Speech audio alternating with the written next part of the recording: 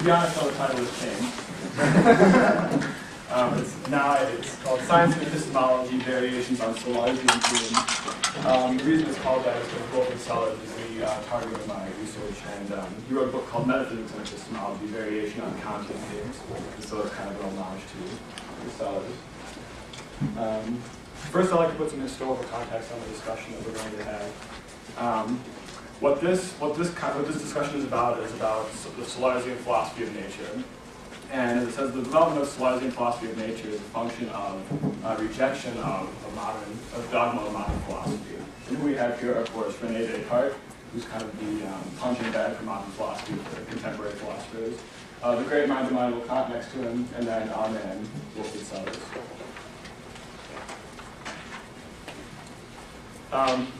So, the dogma of modern philosophy that I was talking about is what's called the split between the mind and the world. And what that comes down to is just the idea that, okay, we have this sort of conscious experience of the mind itself. You know, there's an I, there's a me, there's an individual. And then out there's stuff, there's objects, there's the material world. And there's kind of the split there. There's a suggestion in philosophy, it's an ontological split. There are two actual things. There's spirit, and then there's material. This goes back to Aristotle and probably further. But you can also have kind of a less rigorous idea of the split where it's maybe, one is kind of naturally caused, but they're still distinct. There's still some difference between mind and the world.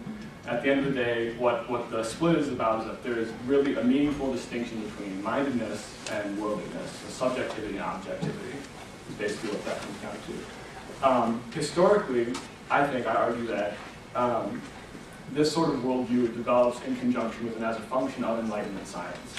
What we have in the Enlightenment science, we have this idea, this kind of drive started by especially Bacon, who's kind of the poster boy for this, is that okay, scientists take a step back and start looking at the world. Take yourself out of the world and look at the world. Look at the world in itself, right? Look at these objects that are in the world that are not subjectively conditioned. And so there you obviously see a pretty vast split between the mind and the world, or at least the positing that it's possible to split the mind and the world in such a way. So whether or not this happened first in science or philosophy, I don't really know. I don't really think it matters. What we do know, what I think I know, is that in Enlightenment science and Enlightenment philosophy, this kind of dogma, the split between mind and the world, becomes infused in kind of an assumption, especially in modern philosophy. And although scientists don't really worry about these assumptions, it becomes an assumption in Enlightenment science as well. Let's move forward. Of course, this type of approach to the world, this type of worldview, does have explanatory power. There are legitimate problems that come up in the history of philosophy and the history of science that this type of worldview is attempting to explain. Some philosophical problems are like problems of identity. Okay, well, I have a mind, it's mine, it's in here somewhere, kind of somewhere around this area, right?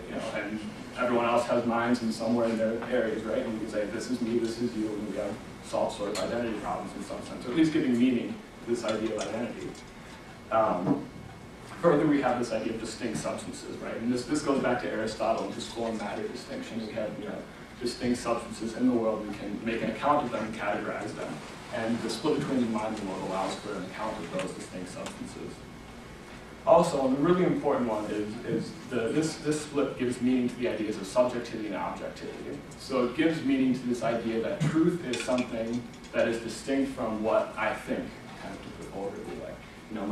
My personal subjective experiences don't have any impact on the world out there and what it means to be the true world. And so it gives meaning to this idea of subjectivity as distinct from objectivity, as that separation there. And it can do a lot of explaining there.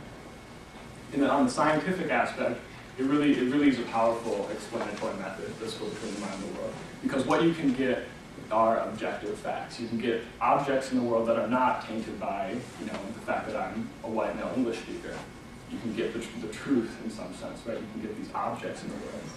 So really, especially in Enlightenment science, you have to have this sort of worldview in order to make sense of objectivity in the way that Enlightenment science and Enlightenment philosophers were really grappling with the issue at the time. Now we kind of move into some more philosophical questions. Kant is, of course, a major figure in the history of philosophy, kind of a turning point and kind of the end of modern philosophy and the height of modern philosophy, while being both the most modern philosopher and also the most amodern philosopher. He makes famous this idea that in the world, in our experiences, are already concepts. They're always already concepts. So for example, what does that mean? Okay, great. So it's not as if I'm looking out at everyone and I see, kind of, just objects hitting me. It's like, no, I see chairs, and I see people, I see shirts, necklaces, ties. I see all of these things which are they're conceptually organized. They're already conceptually organized as I experience them, which is a really, really important contribution to the history of philosophy, because it says you don't have experiences and then your mind starts working on them. This is the response to Locke and Berkeley, actually. So you don't have this sort of experience first and then concept later. You have concepts experienced simultaneously, always already, which is a big deal. Kant, of course, he says, he has this idea of the noumena, which is, the world in itself. And anyone who knows a little bit of Kant knows that his in the final analysis, there is the world in itself, but we can never know it. It's separate from us. It is out there. It is not conceptual. It is not spatial. It is not temporal. It's out there. It's not for us. It's not for the mind. That's Kant's conclusion. Of course, this is why he's the height of modern philosophy. It's the most vast distinction between mind and world you can have. This is just extreme skepticism, which is kind of ironic considering a lot of his project is motivated by David Hume and his skepticism about science. So Kant really represents that pinnacle of the separation between mind and world, while attempting to do so much to break it down as well. Sellars, though, he's a contemporary philosopher, was a contemporary philosopher. He taught at Pittsburgh for many years. He takes up Kant's suggestion that experience is always already conceptual. But he wants to get away from the noumenal aspect of Kant's philosophy, the object out there that is inaccessible to the mind. What he does, which is very characteristic of contemporary philosophers, is add a linguistic component to philosophy. And what he says is, not only are the concepts, which in modern philosophy are kind of defined vaguely as, ideas, thoughts, something, content, don't really know. Contemporary philosophers, after what's called the linguistic turn, say, there are propositions. You experience propositions, words, like in language. So it's not just, it's chair. And in German, if I were German, it would be Stuhl. You experience the linguistic aspects of the objects in front of you, which is a really important contribution to this type of philosophy, because what it does is add the contemporary understanding of language supersedes on modern understanding of ideas, concepts, and thoughts, which are kind of vague and not especially well defined.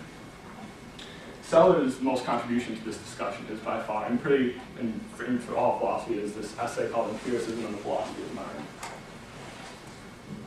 His 1956 essay is vitally important because he gives this myth he talks about this myth, what he calls the myth of the given. What this essay represents, along with W.B.R. Quine's essay, Two Dogmas of Empiricism, is basically the end of philosophically respectable empiricism in the modern sense. This is just a complete demolishing of the idea of empiricism. So we'll go into what that means. Specifically, historically, he's targeting what are called sense-datum theories of knowledge. And so, following David Hume, the empiricist tradition is, okay, so we have impressions of the world. Now we have to account as to why, when I see the chair, it says green, it's green, and I see green. And so sense-datum theorists have to say that there are atoms that are not colored, but they somehow can communicate to me that that is green instead of red. The interesting thing is that the sense-datum theorists also need to say that the data are not conceptual. They're not objects. They're not minded. They're not organized such that they're subjective. Because if they were subjective, remember, then they wouldn't be objective. And what we're trying to get with science is, of course, objectivity, right? So we can't have